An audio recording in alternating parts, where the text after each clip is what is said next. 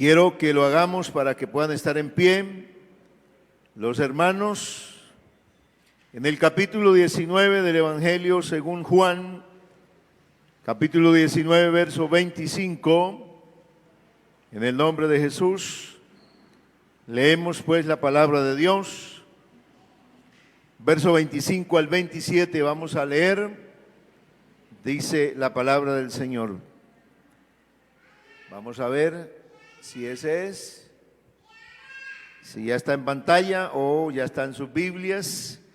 Junto a la cruz de Jesús estaban su madre y la hermana de su madre, María, mujer de Cleofas, y María Magdalena. Cuando Jesús vio a su madre y vio también presente al discípulo a quien él amaba, le dijo a su madre: mujer, he ahí tienes a tu hijo. Y al discípulo le dijo: ahí tienes a tu madre. Y a partir de ese momento el discípulo le recibió o la recibió en su casa. Amén. Digamos gloria a Dios. Por favor, tengan la amabilidad de sentarse, estimados hermanos y amigos que están aquí. Bueno, no sin antes darles un anuncio importante, recordarles algo que siempre nos lo han dicho durante estos últimos meses o este último año,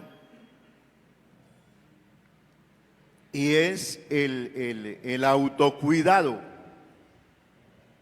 frente a la situación de salud pública, de pandemia que se está viviendo. Es necesario, pues, acatar las autoridades. Amén. Aunque, como yo lo digo, aunque muchas personas no lo crean, pues yo respeto que usted no crea. Pero yo como representante aquí y por la autoridad que Dios me ha concedido para estar frente a la iglesia, y también porque Dios nos pide que obedezcamos a las autoridades, entonces yo tengo que estar sujeto a las autoridades. Así las leyes que se impartan, yo no las vea que sean justas o X o Y, pero necesariamente tengo que obedecer. El Señor dice: pagad a todos lo que debáis. Al que impuesto, impuesto. Al que respeto, respeto. Así que nosotros estamos sujetos a una ley, a una autoridad, y necesitamos pues estarlo. ¿A qué se debe recordar esto en este momento? A la situación que, como se conoce ahora o se ha escuchado, que es la tercera ola de la pandemia que está creciendo y que ya en la ciudad de Bucaramanga puso en aprietos a una congregación. Hay una congregación que tiene un buen número de gente que está afectada, que está infectada y que ya están en hospitales. Esa congregación ya se cerró. ¿Y por qué pasa eso? Pues porque nosotros nos confiamos. Como estamos luchando frente a una cosa que no vemos, entonces está afectando esta ola que está pasando, entre otras cosas. Ya se nos llevó por lo menos como a 3 o 4 pastores en este final de mes y lo que va comenzado del mes de abril. Y tenemos ya pastores de 30 y 40 años y 50 años que se ha llevado. Entonces, es una gripa para algunos, pero esa gripa está matando a la gente. Así que por eso yo les pido a ustedes que nos cuidemos. evitemos al máximo el contacto. Ya se sabe que esta enfermedad llega es por contacto físico. Aquí procuramos hacer que se mantenga el distanciamiento, pero a veces donde no lo cumplimos es cuando nos encontramos o afuera, porque de todas maneras nos saludamos, nos abrazamos, nos damos la mano, y usted le da la mano al uno y después le da la mano al otro, y ahí vamos, y después se pasa la mano, así tenga el tapabocas o se lo quita uno, y ahí está el mal. Entonces, vamos a cuidarnos.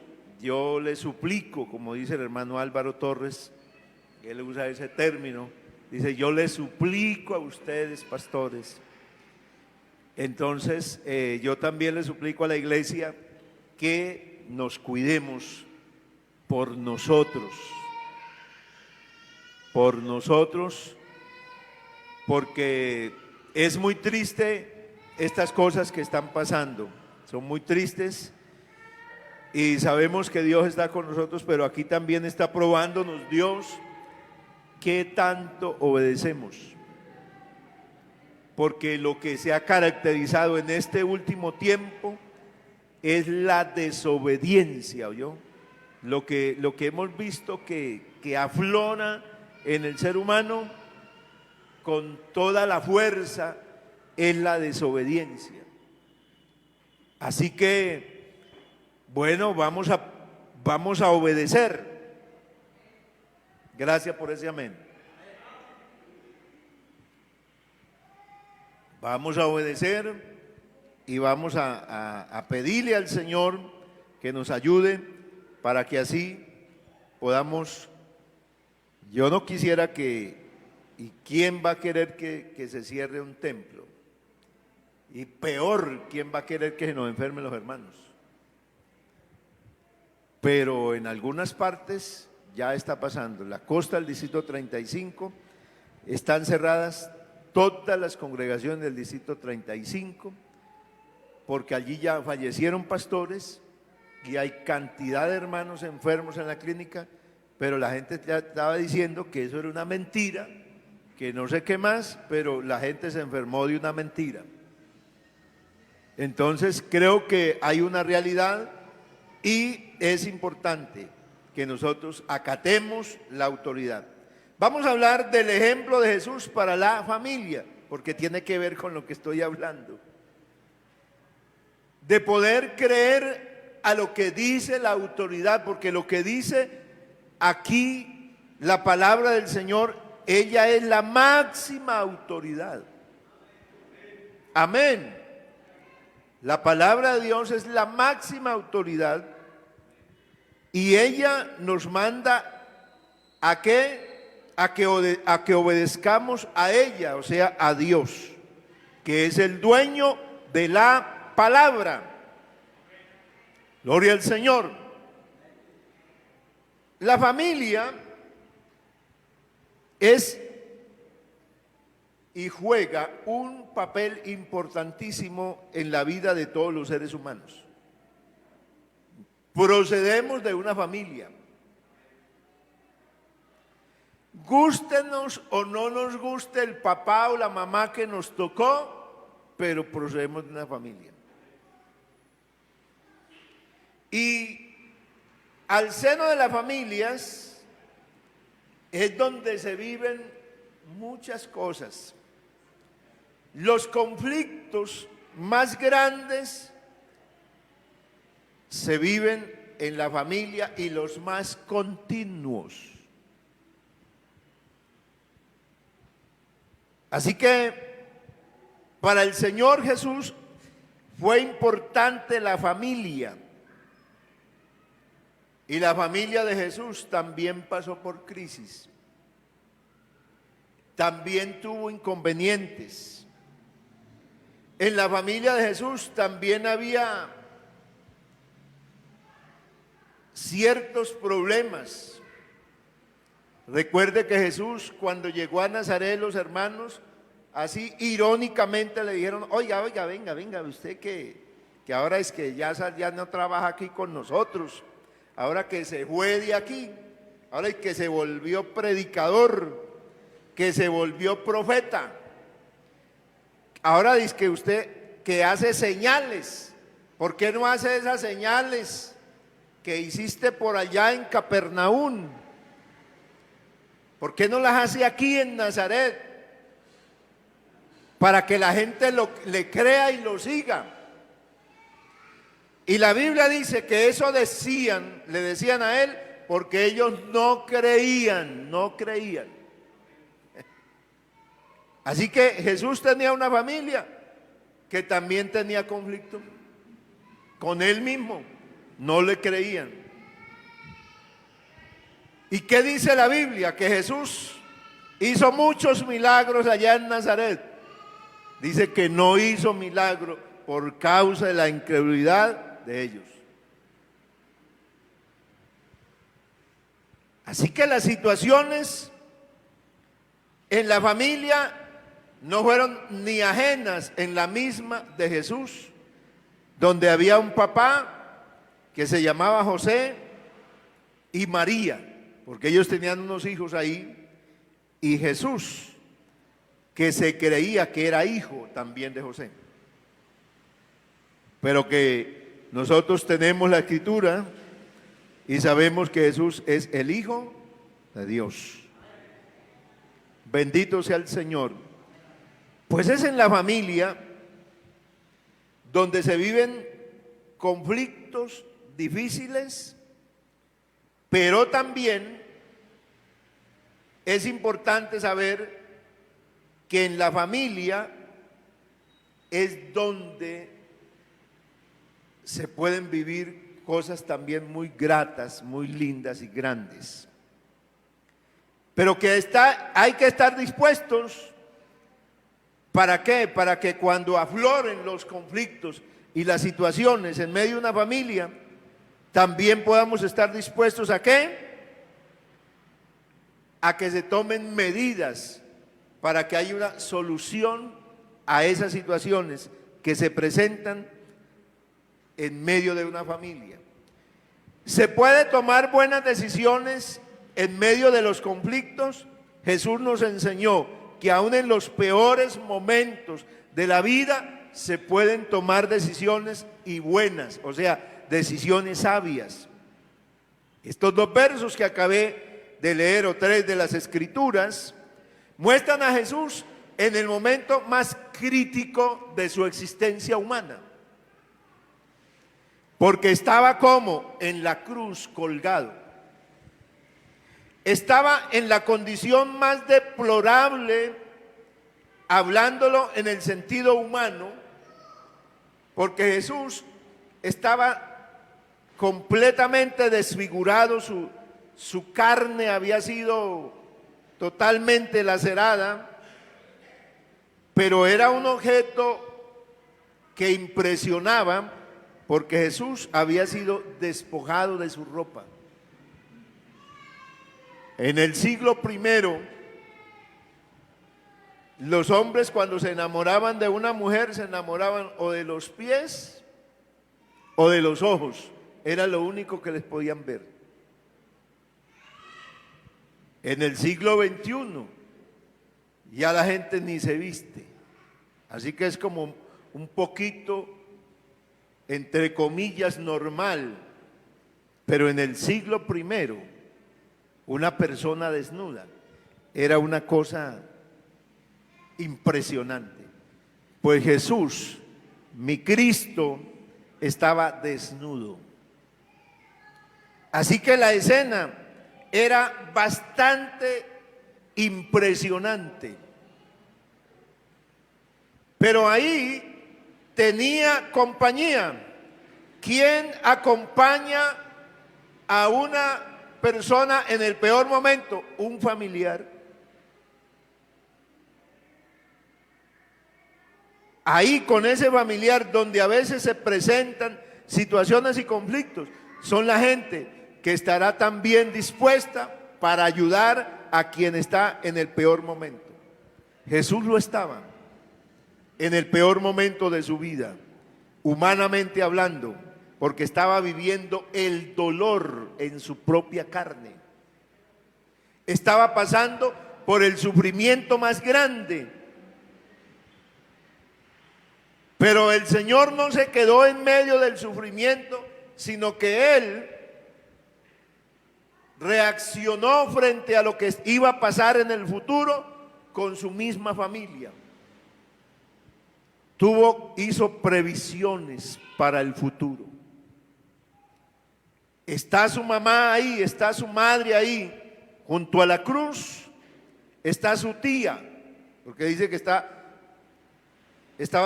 la hermana de su madre, o sea, María, mujer de Cleofas, y María Magdalena. ¿Y Jesús qué hace? Jesús le habla a la mamá y entonces dijo a su madre: mujer, ahí tienes a tu hijo. Y no se estaba refiriendo a él: míreme en la condición que estoy, sino que sigue diciendo el Señor, y mirando al discípulo que Jesús amaba, le dijo al discípulo: ahí tienes a tu madre. Y a partir de ese momento el discípulo la recibió en su casa. Quiere decir que María, la madre del Señor, estaba desprotegida. No tenía un esposo que la cuidara. José ya había muerto. Según lo que deja ver el texto bíblico, José ya había muerto. Los historiadores dicen que los hombres, los varones en el siglo I, la época de Jesús, el tiempo máximo que vivía, el promedio de vida era 50 a 55 años. Así que si yo estuviera viviendo en el siglo I, yo estaría ya despidiéndome. Porque ese era el promedio de vida para los hombres. Los hombres morían más temprano. Así que no se veía una persona de 70 y de 80 años. Por eso cuando dicen, no, oiga, los tiempos antiguos, cuando la gente duraba no sé cuánto. No, en el siglo I no duraba la gente tanto tiempo. En esos siglos no duraba la gente tanto tiempo. Pero ¿qué hizo Jesús? Tomó una decisión. ¿En qué momento? En el peor. ¿Cómo? Sabia. Encargó el cuidado de su mamá a alguien. O sea que Jesús estaba mirando el cuidado de su familia. No sé, la Biblia no menciona al resto de hermanos de Jesús, de que a alguien se quedara al cuidado de ella,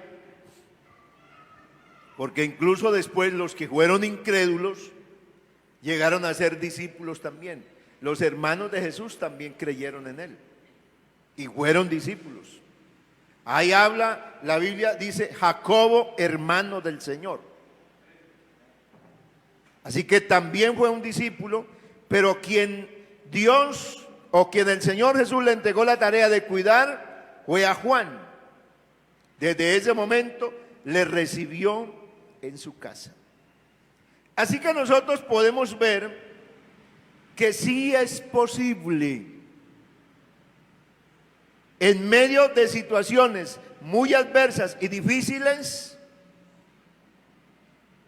proyectar el futuro y hacer algo por nuestra familia. Lo que se vive normalmente al seno de la familia es que cuando nos vienen los conflictos, nosotros tomamos decisiones, pero no buenas ni sabias, sino las peores. Porque cuando hay situaciones difíciles, la Biblia dice, cuando el rey Ezequías estaba rodeado y que no había salida para ninguna parte, el Señor le dijo que estuviera quieto. que no hiciera nada, que mantuviera la calma, que viera la salvación de Dios. De ahí fue que se copiaron los cuerpos de socorro que hoy existen a nivel mundial en las naciones. ¿De dónde se copiaron? Pues de la Biblia. Cuando hay un terremoto, ¿qué dicen los cuerpos de socorro? ¿Qué le enseñan a la gente para actuar frente a un terremoto o a una catástrofe que haya? Le dice, mantenga la calma. ¿Lo dicen sí o no? Oiga, ¿por qué mantener la calma cuando hay un terremoto? Si aquí esta cosa temblara, hace unos años atrás hubo un temblor fuerte, ¿cierto? Yo estaba sentado en mi comedor, ahí en Altamira, y yo empiezo a ver que esa cosa se me mueve bastantísimo. Pero en el primer piso, y yo seguí ahí, yo no me moví de ahí. Cuando yo siento a mi esposa, menos mal que no está aquí, que gritaba a los hijos y iban era de carrera para la calle, ¿oyó? Porque cada persona reacciona diferente. Esas son las reacciones que tenemos. Pero la recomendación, a nosotros nos hacen, ¿cómo se llama esto? Simulacros. Nos ha tocado participar en simulacros de evacuación de un edificio y cómo tiene uno que... Y en el simulacro eso todo el mundo es, perfecto, pero cuando se sacuden, ay Señor, eso la gente corre como locos. Pero resulta que las medidas que dan los cuerpos de socorro que fueron tomadas de la Biblia funcionan. Funcionan. O sea, en el peor momento conservar la calma funciona. No hacer cosas a la ligera funciona. Hay gente que se quedó en el edificio, no hizo nada y bajó el edificio con todo y quedó con vida. Pero hay gente que salió corriendo y salió por una ventana y se murió. Y en cambio el que se quedó ahí para recibir lo peor, quedó con vida. Porque es que lo que dice Dios funciona. Aleluya. Dios es el que habla así, que se esté quieto, pero nosotros cuando vivimos una situación que no estamos quietos, no hacemos lo que sea. Y cuando hay una situación en medio de la familia, entonces hacemos una cantidad de cosas que lo que hacen es lesionar. Lo que hacen es poner las cosas peores de lo que están. Pero Dios nos enseña a tomar decisiones sabias. Tenemos familias funcionales. Hay ese término de familias funcionales y disfuncionales. Esos son acuñados ahora en el sentido de que hay familias que están compuestas por un padre, por una mamá, por supuesto, y los integrantes, los hijos. Pero hay familias donde no existe ni un papá, o no está el uno o no está el otro.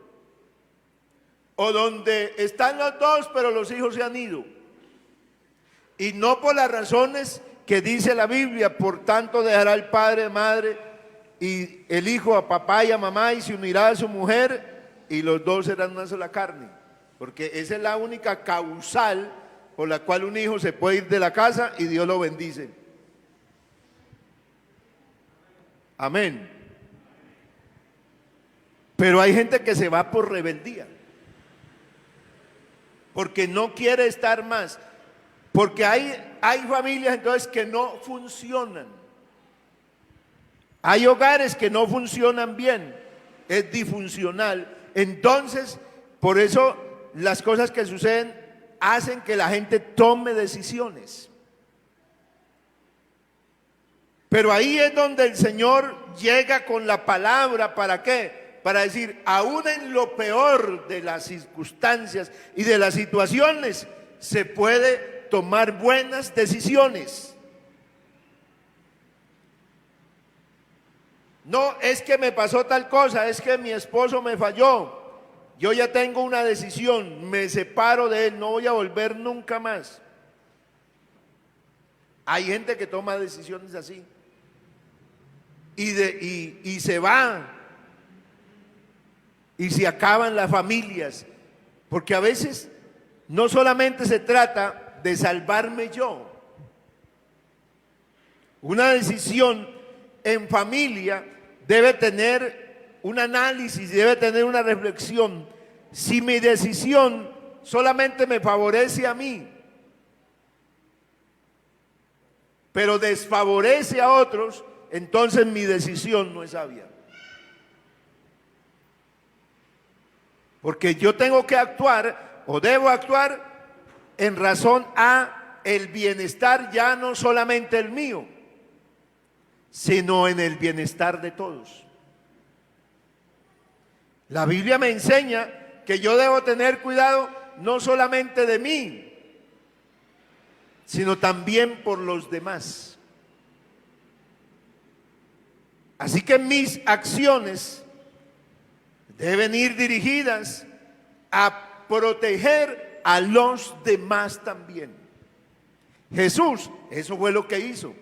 Jesús protegió en el momento más difícil, protegió a alguien que iba a quedar vulnerable en medio de su familia y dijo, no, aquí tienes, Juan, usted no tenía mamá, pues de ahora en adelante vas a tener una mamá, mire, aquí está tu mamá. Y Juan yo creo que se quedó, ¿cómo así? Yo ahora tengo mamá, sí, esa es tu mamá. Y a ella, a María, Jesús le dijo, ese ahora es tu hijo. La relación de María con Juan sería de madre a hijo y de hijo a madre. ¿Y quién hizo eso? El Señor. ¿En cuál momento? En el peor. Así que si a usted le viene alguna situación y es difícil la situación, pues créame que si usted tiene a Dios y usted es hijo de Dios, usted con Dios podrá tomar buenas decisiones. Gloria a Dios.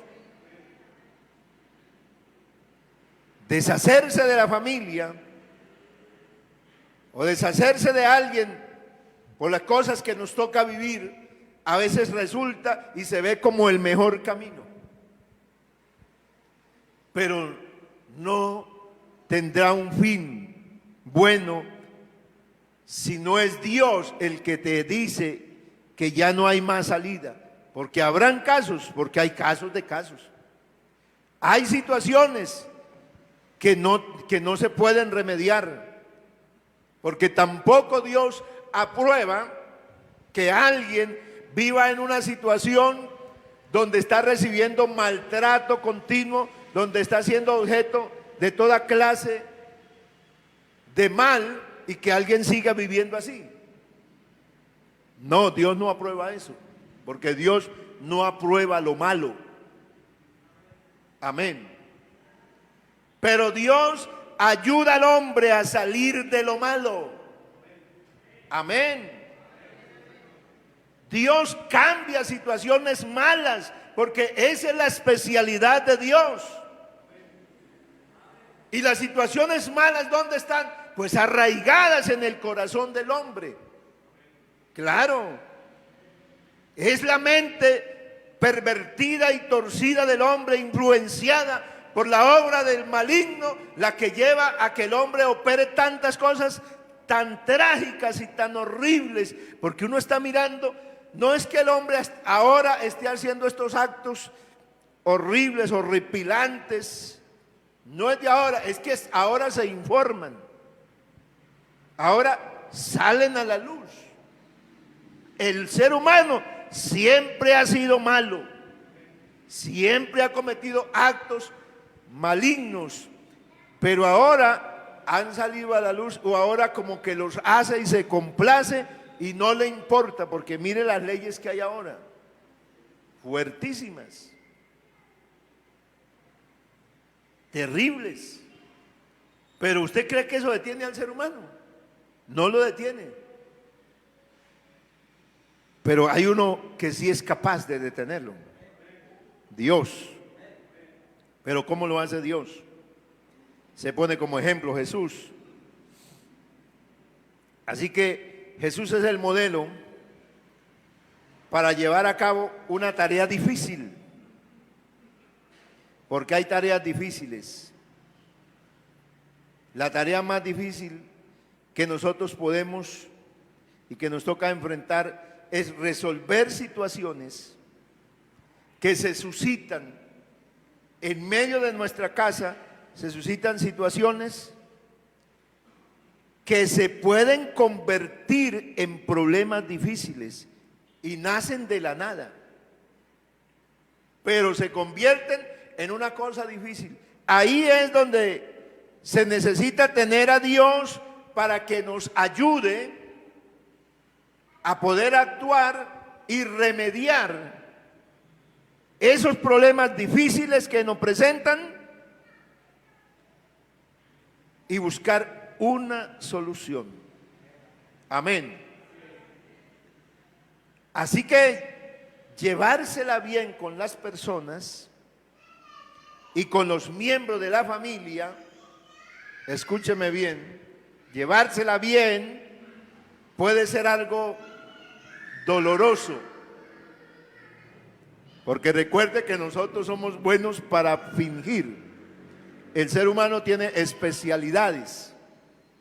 No estudia, pero resulta especialista. Somos especialistas en fingir. Y dice, por eso la gente dice, ay, tan extraño, él no era así. Yo no lo conocí así. ¿Cómo conocí al hombre? No, romántico, detallista. ¿Y cómo es ahora? Como un ogro, detallista. No se le enreda nunca nada, nunca dice gracias, ni por el almuerzo, ni por el desayuno, ni porque se le entregó la ropa para que se vistiera. Nunca dice gracias, nunca dice esto le quedó bueno, oiga, le quedó bien, porque eso pasa. Eso nos pasa a los seres humanos, y cristianos y todo, y hablando en lenguas, y predicando. Sí, por eso es que la gente tiene una imagen. Nos creamos una imagen, pero hay una realidad que solo se conoce en casa. Sí. Entonces, necesitamos en medio de la familia llevárnosla bien. Qué tarea, ¿oyó? Llevárnosla bien.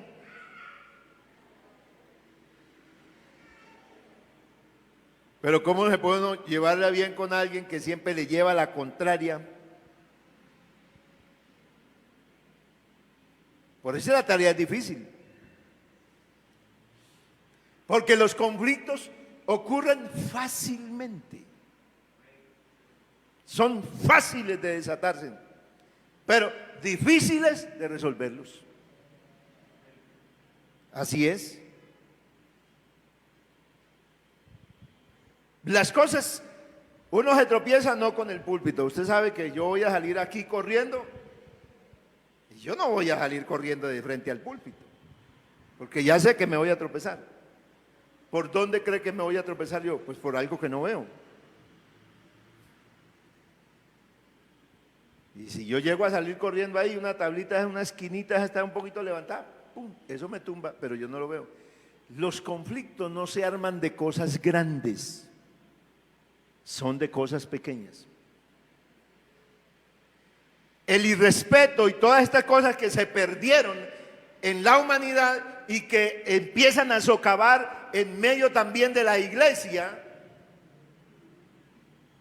estos valores comienzan por algo pequeño. Porque el niño pequeño empieza cuando está el bebé, y le pega una cachetadita. ¡Ay, tan lindo!, dice la mamá. Porque le pegó en la cara. ¡Ay, mire! Y hay gente que se siente complacida porque el bebé hace eso. Pues desde ahí hay que empezar a educar. Porque él está en un estado de inocencia. Pero si yo le aplaudo, porque el bebé, ¿qué es un bebé? El centro del mundo, del universo, ¿no? Sí.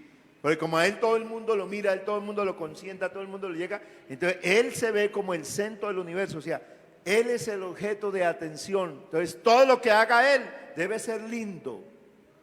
Entonces cuando él le pega a la mamá y le pega al papá y hace cositas, ¡ay, tan lindo! Pero ahí es donde hay que actuar. Entonces, ¿cómo comienza a dañarse una vida? ¿Con algo grande? No. No, con algo muy pequeño. ¿Y en qué edad? Ahí. No, pero ¿por qué? Porque hay que impedirle eso si es una criatura inocente, dice el abuelo cuando ayuda a criar al nieto. No me lo toque. Y ahí, esa pequeña zorrita, dice la Biblia, que es la que daña. Así que los conflictos se dan por cosas muy pequeñas, pero se vuelven cosas difíciles de resolver. Pero Dios nos dice, procuremos mantener la unidad. Amén. ¿Y cómo aprendemos del Señor? Como lo dijo él, ese versículo clásico, aprended de mí.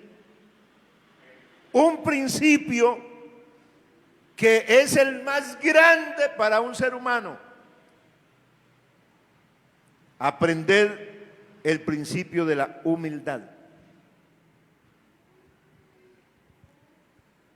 ¿Sabe cuál es el problema más serio de un ser humano? Que yo haya descubierto en todos los años que yo llevo. Digo, ¿cuál es el problema más grave que tenemos nosotros? Se lo digo, la arrogancia, la altivez, la soberbia.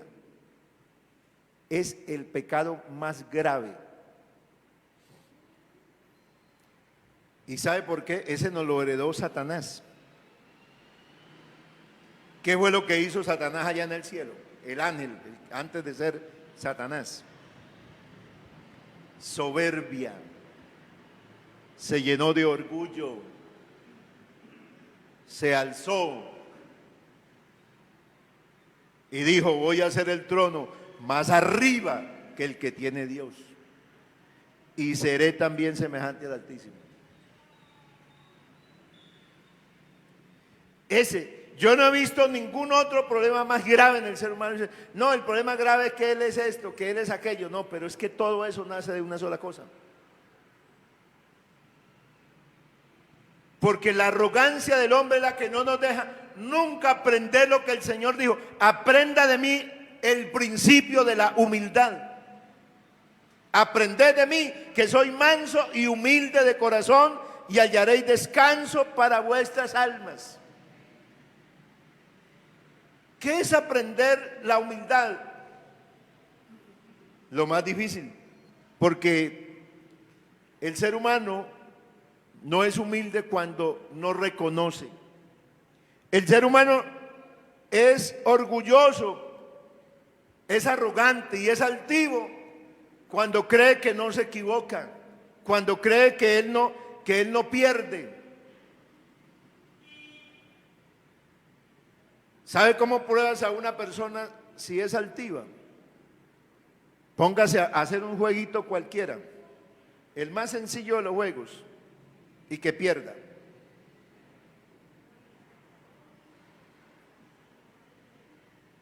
El que no acepta perder es altivo. Ya, ese es. ¿Usted quiere descubrirlo? ¿Se quiere descubrir? No, pero es que porque uno para hablar de sí mismo dice, ay, yo soy una persona humilde, yo soy humilde. Yo creo que eso no lo debería decir uno jamás, nunca. Y yo le pido a Dios que me guarde de decir algún día esa palabra, porque el día que la diga, seré el altivo más grande que puede existir. Pero hay gente que le dice a uno, no, es que yo soy humilde. Humilde porque habla pasito. Hay gente que es humilde porque habla pasito. Dice, esa es una persona tan humilde que así no se le escucha cuando habla. Aleluya. El principio de la humildad es el principio del reconocimiento por la autoridad. Ya. Cuando yo soy capaz de reconocer la autoridad, yo le estaba diciendo a los hermanos en la anterior escuela dominical, vea, ¿usted quiere conocer quién no respeta la autoridad? Párese en los semáforos y mire cuántos se lo pasan en rojo. Y si usted lo ha hecho, no lo vuelva a hacer. Ay, no, pero es que son las 11 de la noche. Cuando uno es capaz, porque es que el semáforo, muchísimos semáforos no tienen cámaras. Por eso es que la gente se los vuela y no pasa nada. Pero hay otros que tienen una camarita y le puede llegar la multica a usted de casi 1.000.000 de pesitos a la casita por pasárselo en rojo, porque esa es una falta grave. Pero el ser humano está acostumbrado a eso, a violar la ley. Ahí se muestra la arrogancia del hombre. Dice, a eso está en rojo, pero a mí qué me importa, yo paso. Porque el tiempo. Solo hay unos vehículos que pueden hacerlo, pero es porque ellos llevan una alarma impresionante, la ambulancia, los bomberos, los cuerpos de socorro pueden pasar esas luces en rojo y son sin culpa. ¿Por qué? Porque su accionar va en pro de salvar una vida. Pero el aparato es el coso ese que pone ahí con esa luz, está para proteger las vidas. Pero el ser humano es así. Porque esa es la altivez, es lo contrario a la humildad. Porque la humildad es, ahí está esa luz, pues párate ahí y respétala. Ahí uno empieza a conocer el principio de humildad. Ese sí es tonto, mira, a las 11 de la noche ahí en ese semáforo y todo el mundo pasa. A mí me ha tocado eso. Estoy en un semáforo y llegan los carros, pasa la moto y todo el mundo pasa y va ahí. Y de pronto hasta alguien me dice, dele, pase, ahí pasaron. Digo, no señor, aunque me tiente el mal para hacer lo malo, me quedo ahí. ¿Por qué? Porque así uno aprende la humildad. Entonces, humildad no es lo que muchos han creído. La humildad es ser capaz de reconocer una autoridad. La humildad en medio de la familia es el reconocimiento de que yo no soy perfecto. Amén. De que el ser humano no es perfecto. Pero los conflictos en una familia se dan porque el uno empieza a ganar ventaja sobre el otro y hacerlo ver que el que se equivoca es el otro. Es que su papá siempre es así. Y se lo va diciendo a los hijos. Es que su mamá siempre es así. Siempre. Usted siempre. Entonces hace ver que el otro es el que se equivoca. Y ese siempre se equivoca. Su mamá siempre se equivoca. Tenemos que quitarnos ese tipo, porque eso es arrogancia. Eso es altivez. Y eso es lo que daña la relación de familia. Tenemos que aprender lo que dijo Cristo que aprendiéramos. Aprendamos el principio de la humildad, o sea, del reconocimiento. Vea, yo soy un ser humano.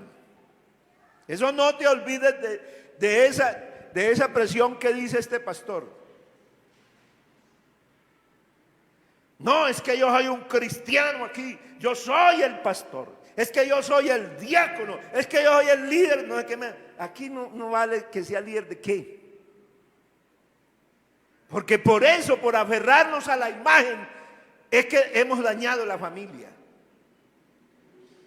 Porque nos aferramos al título que tenemos y pensamos que eso es lo que nos hace perfectos. No, eso es la gracia y la misericordia de Dios, que nos concedió un privilegio, pero hay que cuidarlo. Amén. Tenemos que cuidar, porque esos son privilegios que nos dio Dios. Pero así sea pastor, el pastor puede perder el ministerio. Lo podemos perder por descuido, por arrogantes, por no reconocer que nos equivocamos. Por mantener la imagen. No, ahí voy con mi esposita de la mano, a ver, para la iglesia. Que los hermanos tienen que vernos allá, que nosotros. No, dice la Biblia, no os engañéis. ¿Por qué no os engañéis? Dice, porque Dios no puede ser burlado. De todo lo que el hombre sembrare, de eso también recogerá. Nosotros necesitamos al seno de la familia que Dios se manifieste. ¿Por qué necesitamos a Dios? Porque el ser humano con un corazón así reconoce el error tan pronto lo comete. Si, como les he enseñado desde niño, el muchachito, el bebé que tiene apenas 2 años o 3 años, que todavía no tiene conciencia de bien y de mal, y va y le mete el casca al otro, y lo llama el papá y la mamá y le dice, a ver, ¿quién fue? ¿Qué le hace? ¿A quién señala? El que le pegó está señalando al otro. Y si el papá y la mamá no son sabios, entonces va y hasta casca le pega al que estaba haciendo el mal, porque hay uno, resulta que siempre hay uno que es como más vivo que el otro, ¿no?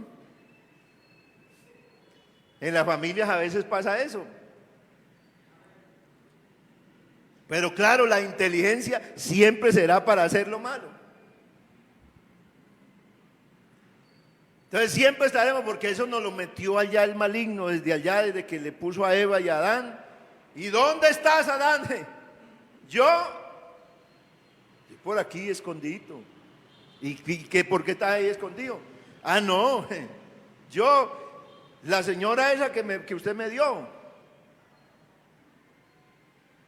Sí, porque la responsabilidad, el ser humano, aprendimos desde allá, nos quedó esa herencia de no reconocer, agacharse. Adán, usted se equivocó, usted pecó. No, Adán no dijo como David. Por eso David es un hombre conforme al corazón de Dios. Porque David, el día que el profeta le puso aquella parábola y dijo, lo sentenció, entonces escuchó David al profeta Natán y le dice, ese eres tú. Y cuando David escuchó a Natán, ¿qué hizo David? Dijo, no, fue que tal. No, él de una dijo, pequé contra Jehová. O sea, la primera expresión de David frente a Dios, frente al profeta, fue: pequé contra Dios, y ya. Eso fue lo más grande que hizo David en su existencia. Reconocer que había fallado, y le había fallado a Dios primero, porque el ser humano primeramente le falla a Dios. No es que le fallé a mi esposa, no es que le fallé a mis hijos, a mi esposo, no, es que usted primero le falló a Dios. Por eso se necesita el temor de Dios en el corazón del hombre, porque con el temor de Jehová los hombres se apartan del mal.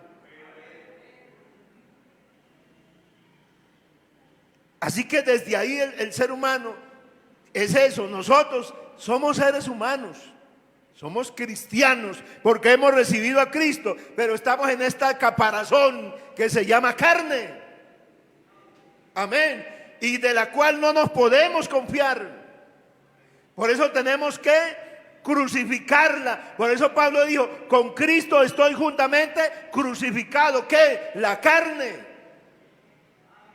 Los que han crucificado la carne con sus pasiones y deseos, dice la Escritura. Es que por eso es que uno no puede vivir para Cristo, porque no quiere crucificar la carne. Pero ¿cómo es crucificar la carne? Pues comienza en la familia. Ahí comienza todo. Entonces hay hogares donde, como les he dicho, hay hogares donde uno de los dos no es humano, es Dios. Hay dioses y diosas en familias, porque se supone que los dioses no se equivocan. Si usted nunca ha pedido perdón, usted es Dios.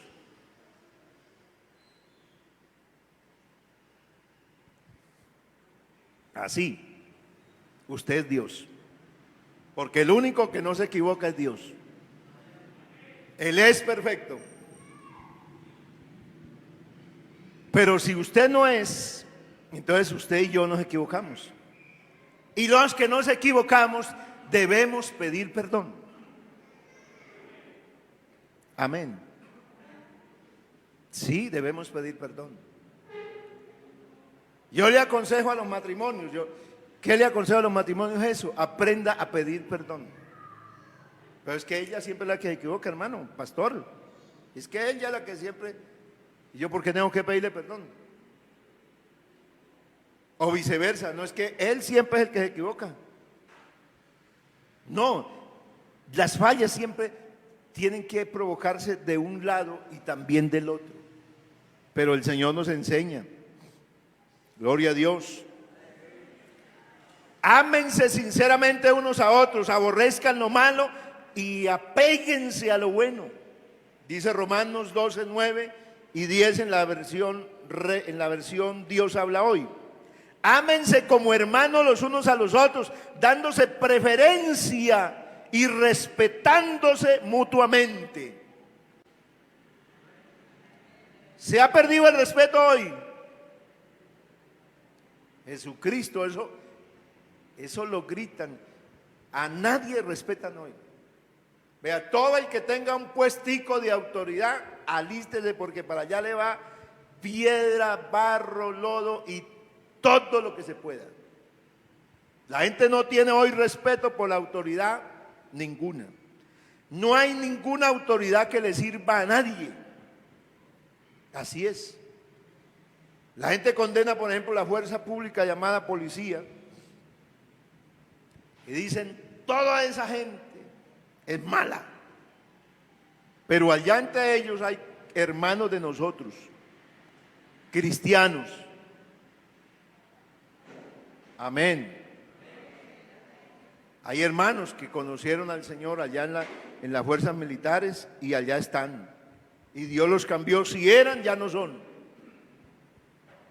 Pero todo el mundo los condena.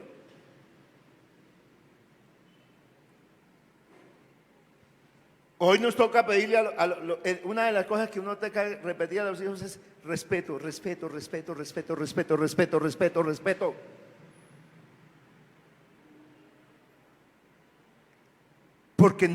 Porque así como no se irrespeta la luz rojita esa, y el papá va ahí con el hijo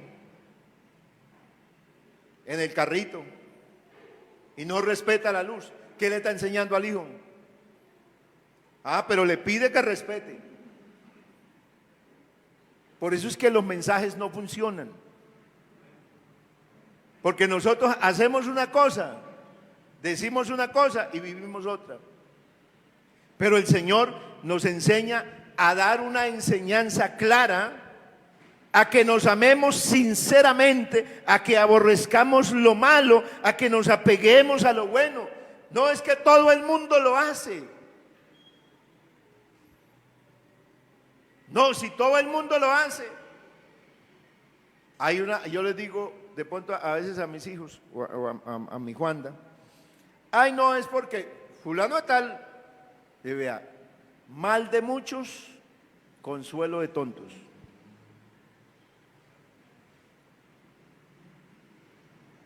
Sí, porque otro está haciendo lo malo y no le pasó nada.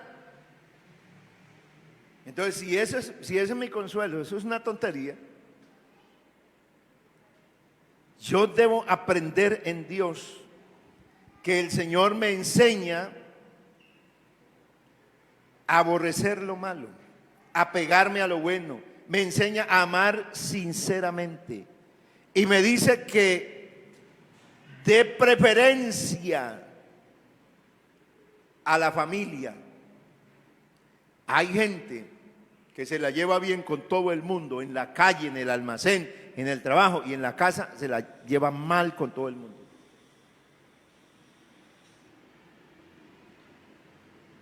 Hay gente que es alabada o elogiada en la empresa, en la tienda. Dice, uy, la señora fulana de tal, qué señora,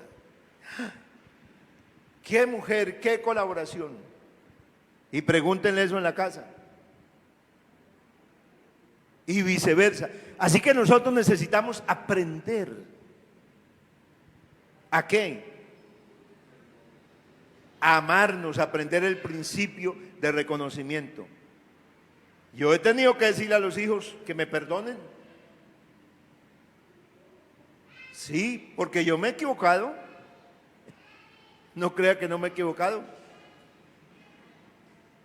Que he fallado, que he hecho juicio mal. Así que uno, ¿por qué? Porque así le enseñará a los hijos que ellos también se equivocan y que cuando uno se equivoca, uno tiene que pedirle perdón, disculparse con la persona a la cual afectó. Pero ¿cómo va a pretender un padre que su hijo aprenda a pedir perdón si él jamás lo ha practicado? Una madre, ¿cómo va a pretender que su hija, alguien se disculpe si ella nunca lo ha hecho, jamás lo ha hecho? Nosotros enseñamos con el ejemplo. El púlpito más grande para el predicador no es el sermón más elocuente, sino es el testimonio. Ese es el púlpito que grita más duro que todos los sermones. Porque aquí yo puedo hacerlos llorar a ustedes y hablar de que aquí está Dios, que el Espíritu Santo, que llénese de Dios, que deje de tocar de Dios, y usted va entrando y usted termina hablando en lenguas. Porque yo puedo emocionarlo y puedo llevarlo a que usted tenga un momento y dice, uy, qué unción, qué bendición, qué cosa tan grande, uy, qué pastor es. No, eso no es lo grande. Lo grande es que yo como servidor de Dios aprenda del Señor y sepa que aquí, mientras esté en esta tierra, dependo de Dios, necesito oír a Dios, necesito escuchar al Señor, necesito que Dios, porque la palabra de Dios no ha cambiado, ¿es para qué? Es útil para enseñar, para redarguir, para corregir, para instruir en justicia. Amén. Y claro, la palabra de Dios, ¿para qué? No, pues para todos los inconversos, no. La palabra de Dios, por supuesto que se le predica al inconverso, pero a quien va a cambiar y va a perfeccionar es al hijo, al que llega a la iglesia. Con ese es que la palabra de Dios hace un trabajo grande. Y por eso la palabra de Dios en muchos momentos me va a ¿qué? Me va a corregir, me va a instruir. ¿Y cuál es la instrucción de Dios? Pues esa, aprender lo que Dios quiere que yo aprenda.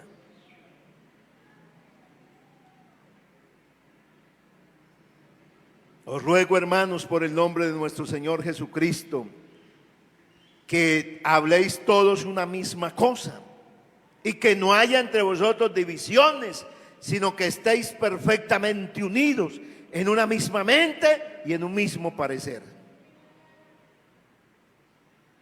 Oiga, poner de acuerdo, porque dice que estáis perfectamente unidos en una misma mente y un mismo parecer, a una familia. Si el uno tira para allá y el otro tira para allá, y que estemos de acuerdo. Pero como con Dios sí es posible todo. Amén. Sí es posible. Sí es posible bajar la guardia. Si es posible agacharme con Dios, es posible, porque es que yo he visto cantidad de gente, he tenido la oportunidad de hablar con muchas parejas, matrimonios, familias. He tenido que hablar con gente separada ya de mucho tiempo, divorciados. Y Dios vuelve a unir hasta los divorciados, ¿oyó? Yo conozco gente divorciada que se ha vuelto a casar. Y cuando la gente se divorcia por algo. Pero como Jesucristo sí es capaz de hacer cosas. Cuando uno le da el permiso, cuando lo deja, Él sí actúa. Entonces, no, hermano, ya definitivamente esto no tuvo más remedio. Y digo, quedémonos quietos un tiempito. Vamos a orar y vamos a hablar, porque hay cosas que no se resuelven, porque hay cosas que usted no puede resolverlas con solo la magia de la oración. Porque hay gente que dice, tengo un problema, ore a Dios.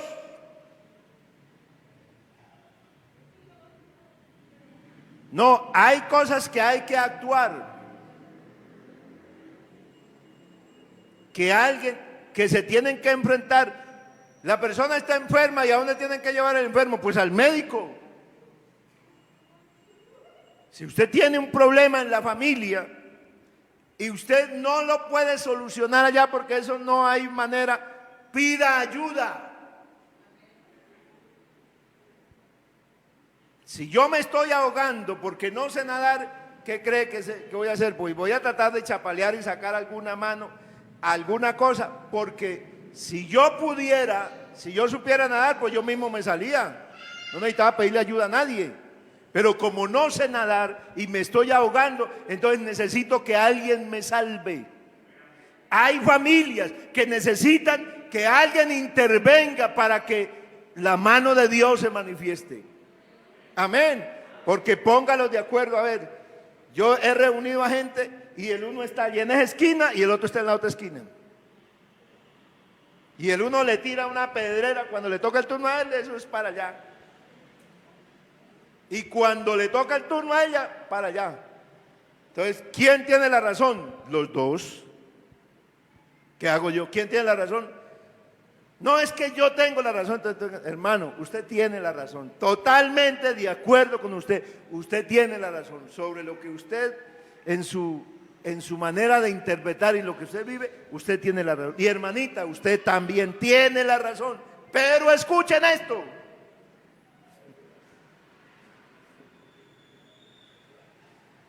Sí, claro, porque la gente defiende la razón y defiende la verdad, pero no siempre la razón y la verdad son las que deben triunfar.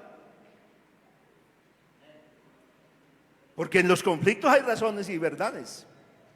Pero cuando usted deja a Dios que actúe, entonces ¿qué hago yo? Pues me agacho. Ay, sí, cierto que yo también me equivoco. Y entonces uno empieza a acercar a esos dos, a acercar a esos hijos, a que puedan reconciliarse, porque hay hijos que están peleados con los papás, que no les hablan. Hay hijos que odian al papá y a la mamá, los aborrecen. Por eso hay hijos que no están en la iglesia, porque he hablado con ellos. Y mi papá dijo, no, mi papá es diácono de la iglesia. 25 años de ser diácono de la iglesia. Y quítele, baje ese diácono un día del cargo. Retírele el cargo a ese diácono y verá, no vuelve. Ya llegó ese pastor y ahora me va a quitar, yo he sido aquí diácono toda la vida. Pero no se ha humillado a Cristo. Tiene solamente una imagen. Pero con Dios, Dios no obra por las imágenes. Por eso el Señor le dijo al profeta Samuel, vea, yo no miro la apariencia como tú lo ves, yo miro lo que está dentro del hombre. A Dios no le convence la apariencia, a Dios le convence el corazón. Y de hecho Dios está en esta mañana aquí mirando ¿qué? Ay, que el pastor tiene buena corbata hoy, que tiene saco. No, Dios no está mirando ni saco, ni corbatas, ni nada. Dios no está mirando perfumes, Dios está mirando aquí espíritus. Amén. Eso es lo que Dios está viendo esta mañana. Así que ante Dios aquí todos estamos desnuditos frente a su bendita palabra. Pero Dios quiere que nosotros mantengamos la unidad que viene del Espíritu de Él. Es posible mantener la unidad. Vamos a estar en pie, iglesia, vamos a orar.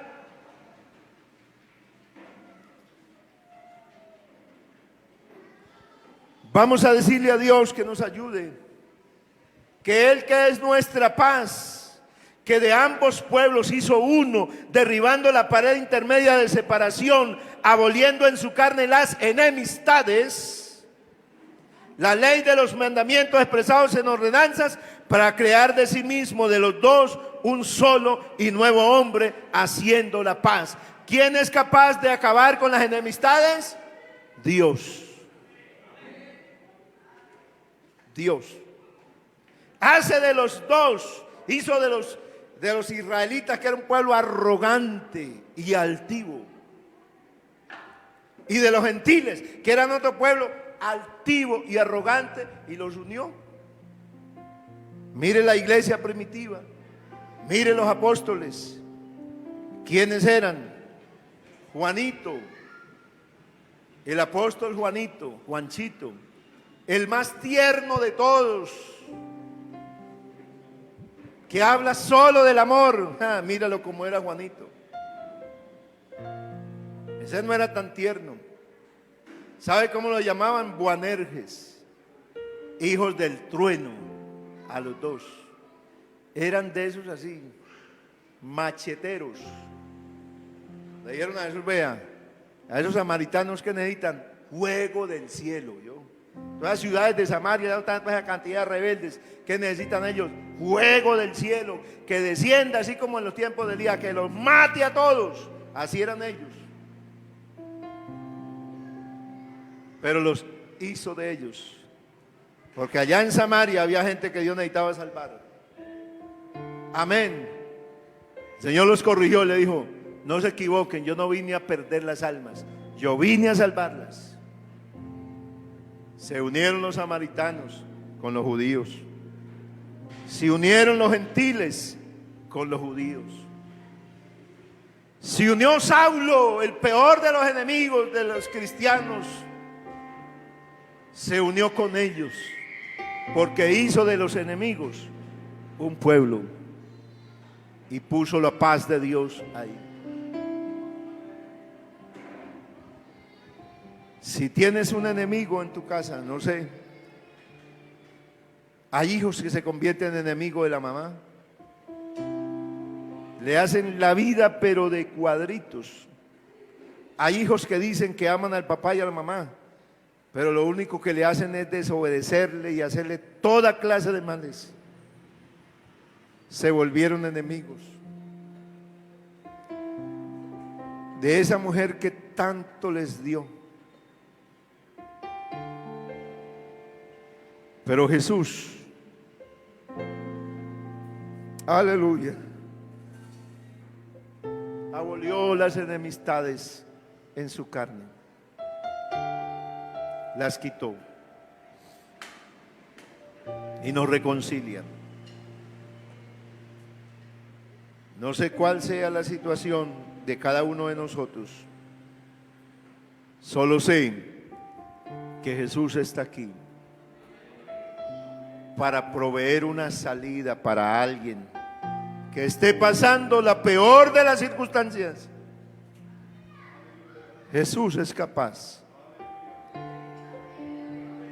de proveerle un buen futuro para ese hijo perdido, para esa hija perdida, para ese esposo o esposa que están perdidos. Jesús es capaz de proveerles un buen futuro. ¿Usted cree que Dios le puede ayudar? Levante su mano. Soberano Dios, tú que estás en este día aquí, tú que obras milagros siempre y maravillas, yo te presento las familias. Tú eres nuestro ejemplo de humildad.